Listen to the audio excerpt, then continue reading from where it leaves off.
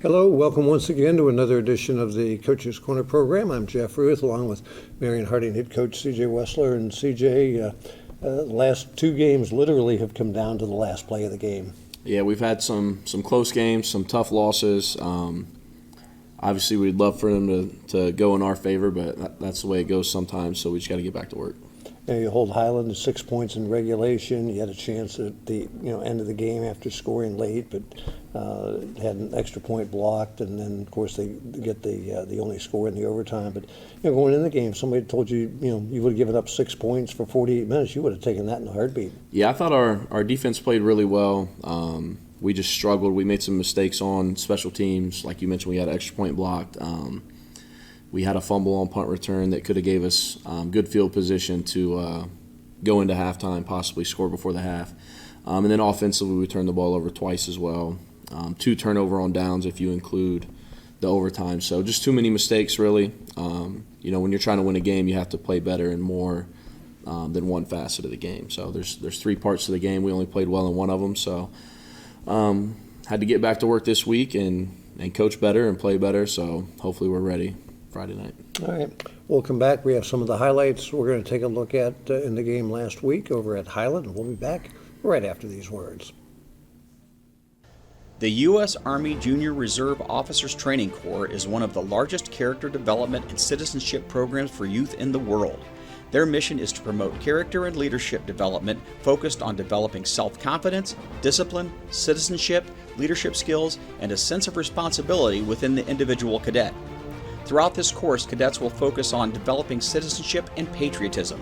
They will develop self-reliance and responsiveness to all authority, improving the ability to communicate well both orally and in writing.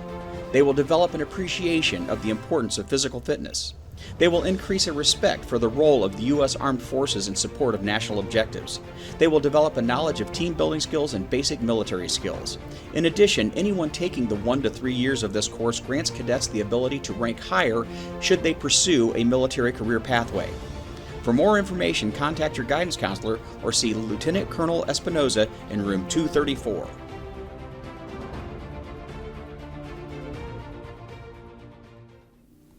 Once again, back on the Coach's Corner program and talking with Coach. And you mentioned defense. Just kind of expound a little bit more on just how well the defense did play last week. Yeah, the defense really played really well. The one letdown was we talked about not giving up explosive plays, and really 75% of the yards came on 2 plays. They had 45 carries for 45 yards, with 22 yards being on one. So really, they had 44 carries for 20-some yards. So defensively, we played really well. Their one scoring drive, we held them to a field goal. We had a penalty on special teams that extended the drive. So very happy with how we performed, which we knew they were going to run the ball. So we were focused on that, and the kids did a great job. But really, it's a full team effort, all 3 phases of the game to get a win. So that's kind of our focus this week. Good. I don't care what level of football it is, or any sport for that matter. Turnovers, team that makes the most mistakes, they're generally going to lose the game, and that's what happened to you last week. Yep, that's what happened. And there's coaches that coached at every level, and a lot of coaches say more games are lost than are won, and I think that's true in that case. That's definitely a game that we should have won, that we've made too many mistakes. Yeah. Let's go ahead and take a look at some of the highlights from the game last week over at Highland. Here's early in the game, we ran a play-action pass here to get our quarterback on the edge. He did a great job hitting Ray J on a comeback route there on our sideline. J.J. Starks, who was on the show either last week or a few weeks ago, he had a great game at playing nose guard. I believe he forced 4 or 5 fumbles just with the quarterback-center exchange, putting pressure on the center. So he played a great game for us. Here's another example of just trying to do something easy for our quarterback. It's a simple RPO. He looks out there, it's one-on-one, so we just throw it out on a hitch route to Ray J.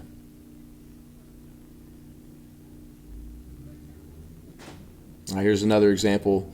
J.J. Starks, like I said, played a great game inside. I think he had double-digit tackles, couple tackles for loss, and their coaches were praising him after the game. Here's a big play, 4th down, right at the end of the game. I think there's a little over a minute left. We converted for a big play there, 30-yard gain. We ended up scoring on the next play to tie the game. So that was a great play by our young quarterback and a young receiver, also a sophomore receiver. There you see the final score in overtime. And for those overtime games, how do you coach in overtime as opposed to going out to start the game? It's a fine line because you want to stay aggressive, but at the same time you don't want to be reckless because you really only have one shot. So, and I'm not aware of if we've been in an overtime game in the past couple of years. So as we were getting ready to walk out for the coin toss, I gathered the team together and kind of went over, what the situation is, what are the rules, and obviously you always want to go on defense first if you can, but we lost the toss, so we had to be on offense. And really, I thought we did a pretty good job on our drive. It was similar to the Lima Senior game. We threw the ball into the end zone. We caught the ball, but they ruled us out of bounds. So a tough loss, but always something you can take from it. And regroup for another county matchup, and shouldn't be too tough to get up for River Valley tomorrow night. Yeah, I think the kids are excited. When you look at the previous couple of years, we've had some success against River Valley, which I think plays into the confidence of our kids. So I think they're going to be excited and ready to go. We've had a pretty good week of practice, so we have to have one more good day and get ready to go. All right. When we come back, we'll talk to one of the players, and we'll do that right after these words.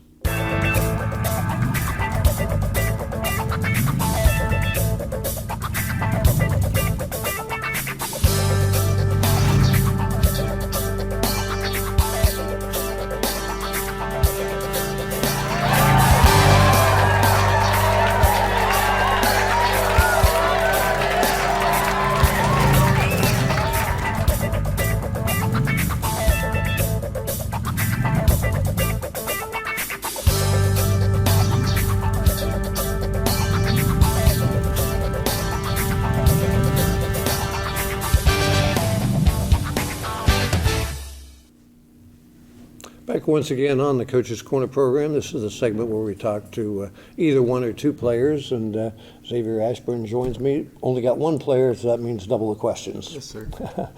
Xavier, talk a little bit about, first of all, you're a senior. Mm-hmm. Talk about the positions you play. I played defensive end and H-back. So pretty much just defense then? Yeah, a little bit. How long have you been playing football? I've been playing football for about 8 years, since I was 10 years old. Okay. Were you in the midget football program? Yeah, I played for the Jets. Jets, okay. It seems like a lot of the good players played for the Jets. They got a good program going over there. Just kind of talk a little bit about the season in general. I mean, tomorrow night is week 5, the halfway point. Seems hard to believe. Just kind of talk a little bit about where you think you are compared to maybe at the start of the season. At the start of the season, I don't really know how to put it into words, but now, where I am now, I like to say I've progressed a lot in the season, and us as a team, we have progressed a lot, so I'm really looking forward to tomorrow night. Did you pretty much play the same position last year, or was it a different position? Yeah, last year we were limited to only one position, so I only played defensive tackle and defensive end. Okay. Of the positions that you play now, do you have a favorite? I love defense. I just like being able to go hit someone. Just like to hit somebody. Yeah. Talk a little bit about a new coaching staff, and the last couple of weeks we've had players on. I've asked each one of them. Being a senior, you've seen some coaching changes over the years. Talk a little bit about kind of finally getting some stability, and hopefully this coaching staff will be here for a long time. But just kind of talk a little bit about a new coaching staff and a new head coach, and what difference maybe that's made this year. Yeah, I'll just like to say I'm really grateful for the coaching staff we have. It's like everyone they just want us, they just want to be there, and they just want us to get better as a group and a whole. And you can really tell all the effort and time that they put into helping us get better and coming in every day, watching film, all that kind of stuff. Yeah, you've lost 3 in a row. Obviously, nobody wanted to go through that 3-game losing streak. It's an important game tomorrow night with River Valley. Yeah, it's a very important game. I think we can really go out there and have a really good game. We just have to execute on all levels. Has it been a good week of practice this week? It's actually been a really good week of practice. All the pursuits of the ball, offense, executing. I think we have a good chance. Okay. You play any other sports here at Harding?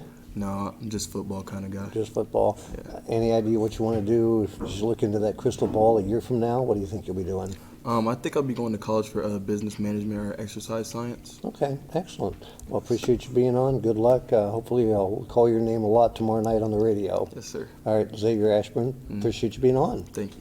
We'll be back. We'll talk a little bit about the River Valley game tomorrow night, right after these words.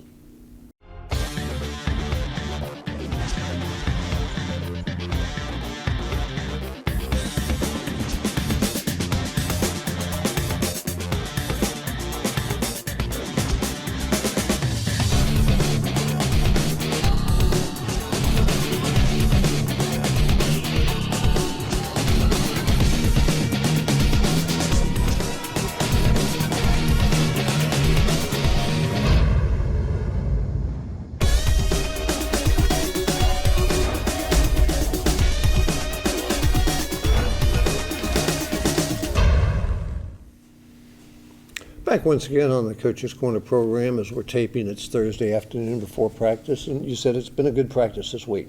It has been. You know, the kids are focused. I think a lot of that plays into who we're playing. There's some excitement. But our kids have also been competing the last few weeks, and they see how close we are.